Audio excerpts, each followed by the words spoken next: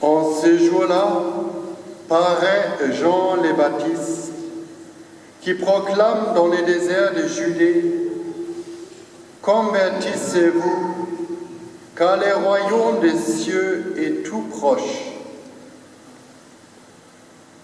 Jean est celui que désignait la parole prononcée par les prophètes Isaïe.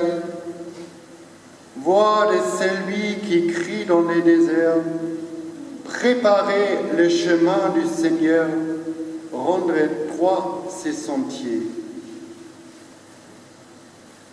Lui, Jean, portait un vêtement de poils de chameau et une ceinture de cuir autour des reins. Il avait pour nourriture des sauterelles et du miel sauvage. Alors Jérusalem, toute la Judée et toute la région du Jourdain se rendaient auprès de lui. Et ils étaient baptisés par lui dans le Jourdain en reconnaissant leurs péchés. Voyant beaucoup de pharisiens et de sadducéens se présenter à son baptême, il leur dit: Engeance des vipères, qui vous a appris à fuir la colère qui vient? Produisez donc un fruit digne de la conversion. N'allez pas dire en vous-même: Nous avons Abraham pour père, car je vous l'ai dit, des pierres que voici, Dieu peut faire surgir des enfants à Abraham. Déjà, la cognée se trouve à la racine des arbres. Tout arbre qui ne produit pas de bons fruits va être coupé et jeté au feu. Moi, je vous baptise dans l'eau en vue de la conversion. Mais celui qui vient derrière moi est plus fort que moi, et je ne suis pas digne de lui retirer ses sandales. Lui vous baptisera dans l'Esprit Saint et le feu. Il tient dans sa main la pelle avanée. Il va nettoyer son aire, abattre le blé, et il amassera son grain dans les greniers. Quant à la paille, il la brûlera au feu qui ne s'éteint pas.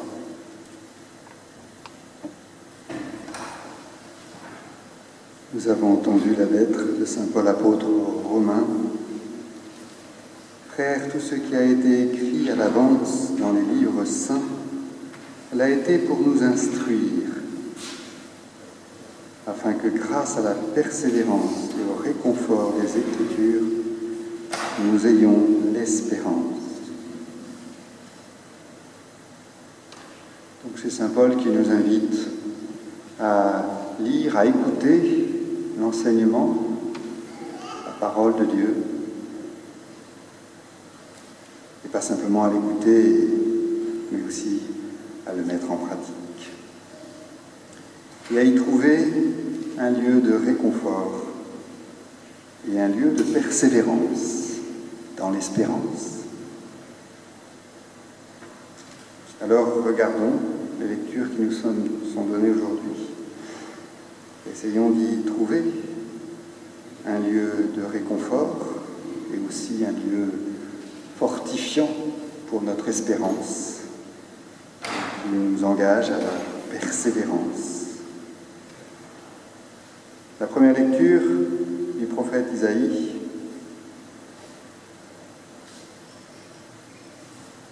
Sur lui reposera l'esprit du Seigneur, esprit de sagesse et de discernement, esprit de conseil et de force. Le loup habitera avec l'agneau, le léopard se couchera près du chevreau. Le veau et le lionceau seront nourris ensemble, un petit garçon les conduira. La vache et l'ours auront même pâture. Le lion, comme le bœuf, mangera du fourrage. Le nourrisson s'amusera sur le lit du cobra. C'est évident que notre imagination immédiate, quand on lit ça, c'est se dire, ça n'est pas possible. Ce serait tellement merveilleux, ce serait tellement beau, mais en même temps, on sait bien, ça n'est pas ça. C'est vrai, Isaïe nous fait rêver là. La différence avec le rêve, c'est que là, c'est une promesse. C'est une promesse que ces attentes qui sont finalement les attentes les plus profondes de notre cœur, ces attentes de paix, ces attentes de concorde, il n'y aura plus de mal ni de corruption. Ces attentes où l'homme est réconcilié avec le monde, avec lui-même, avec les autres et avec Dieu. Il faut bien décliner son catéchisme de l'écologie intégrale. Ces attentes qui sont finalement les grandes soifs de notre cœur. La parole de Dieu nous dit, elles seront comblées, elles seront satisfaites. Ce que nous attendons, nous ne l'attendons pas en vain. Et le mystère de Noël, c'est les arts. Le mystère de Noël, c'est déjà la présence dans notre terre, dans notre monde, de celui qui apporte la paix, de celui qui nous réconcilie avec Dieu, avec les hommes, avec nous-mêmes, avec la création. Le mystère de Noël, c'est bien la reprise radicale de tout ce que nous sommes, richesse et limites. Et c'est bien l'annonce que ces désirs que nous portons dans notre cœur, ils sont vrais. On ne doit pas en avoir peur. Il faut même les cultiver. Il faut même continuer à se dire, oui, Seigneur, c'est ça ce que tu veux me donner. Après, il y a le comment. C'est bien de savoir où on va. C'est bien de savoir ce que Dieu veut nous donner. C'est bien de savoir ce à quoi on est appelé. Parce que si on ne sait pas ce à quoi on est appelé, alors on ne vient pas à la messe le dimanche, on ne s'avance pas à la table de la communion, on n'a aucune raison d'être là. Si nous sommes là, ce n'est pas parce que nous sommes arrivés à cet état de paix merveilleux qui nous est promis, mais c'est parce que tous nous croyons que cette paix, Dieu veut nous la donner. Et on vient la chercher, pauvrement, clopinant, boitant, avec toutes nos qualités et aussi nos limites, nos fautes. On vient chercher ici ce que Jésus a promis. Et l'Écriture, on le disait tout à l'heure, saint Paul aux Romains nous dit, il faut entendre la parole de Dieu. Aujourd'hui, l'Église nous donne ce texte d'Isaïe, merveilleux, qui nous donne les vraies, les bonnes raisons de croire. Nous sommes appelés à la vie éternelle, au bonheur éternel. Et puis, nous avons l'Évangile. Alors l'Évangile, ce n'est pas tout à fait le même rythme.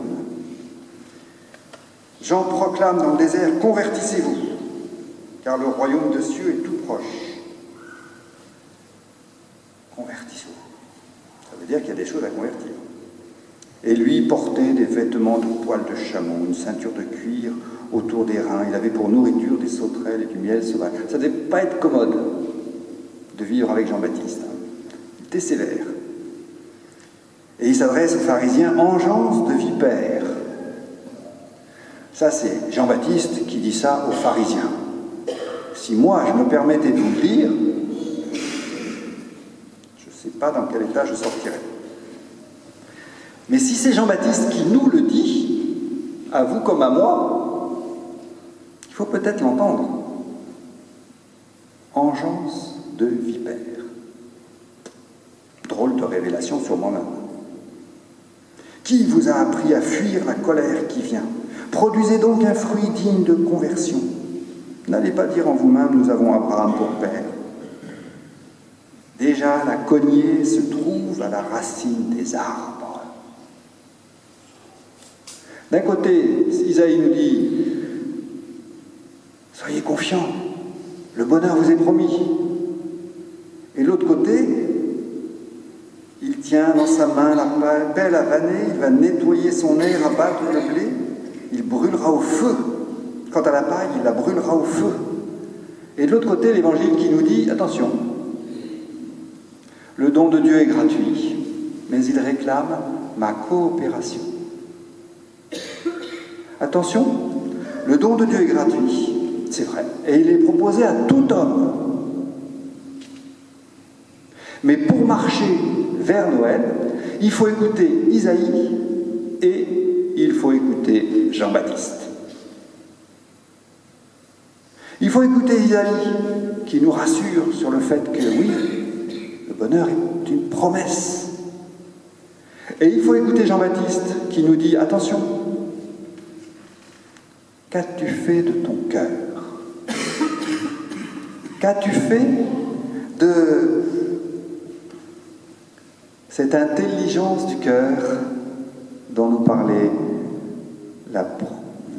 l'oraison tout à l'heure? Nous demandions tout à l'heure à Dieu l'intelligence du cœur. C'est quoi l'intelligence du cœur? C'est mettre son intelligence au service de l'amour. Dieu m'aime, c'est super. Comment est-ce que moi, je vais répondre à cet amour? Dieu me donne des gens à aimer, c'est super. Comment est-ce que moi, je vais être signe de Dieu pour les gens que j'aime? Puis quelquefois, Dieu permet que sur ma route, il y ait aussi des ennemis. Et Jésus n'a pas été tendre là non plus. Il a dit, aimez vos ennemis. Faites du bien à ceux qui vous haïssent. Alors comment est-ce que moi, intelligence du cœur, je vais mettre toute mon intelligence pour découvrir comment donner à celui qui pourtant m'a fait du mal? Comment pardonner? Comment manifester la bonté de Dieu à celui qui pourtant, à mes yeux, ne la mérite pas? Il faut écouter Isaïe et il faut écouter Jean-Baptiste pour pouvoir se présenter à la crèche. Il faut écouter Isaïe parce que sinon on désespère. Il faut écouter Jean-Baptiste parce que sinon on ne se met pas en route. Et le chemin, il est à faire. Alors demandons aujourd'hui cette grâce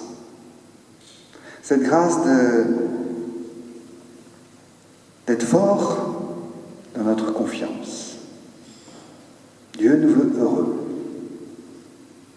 Cette grâce aussi d'être fort dans la persévérance réclamée par saint Paul.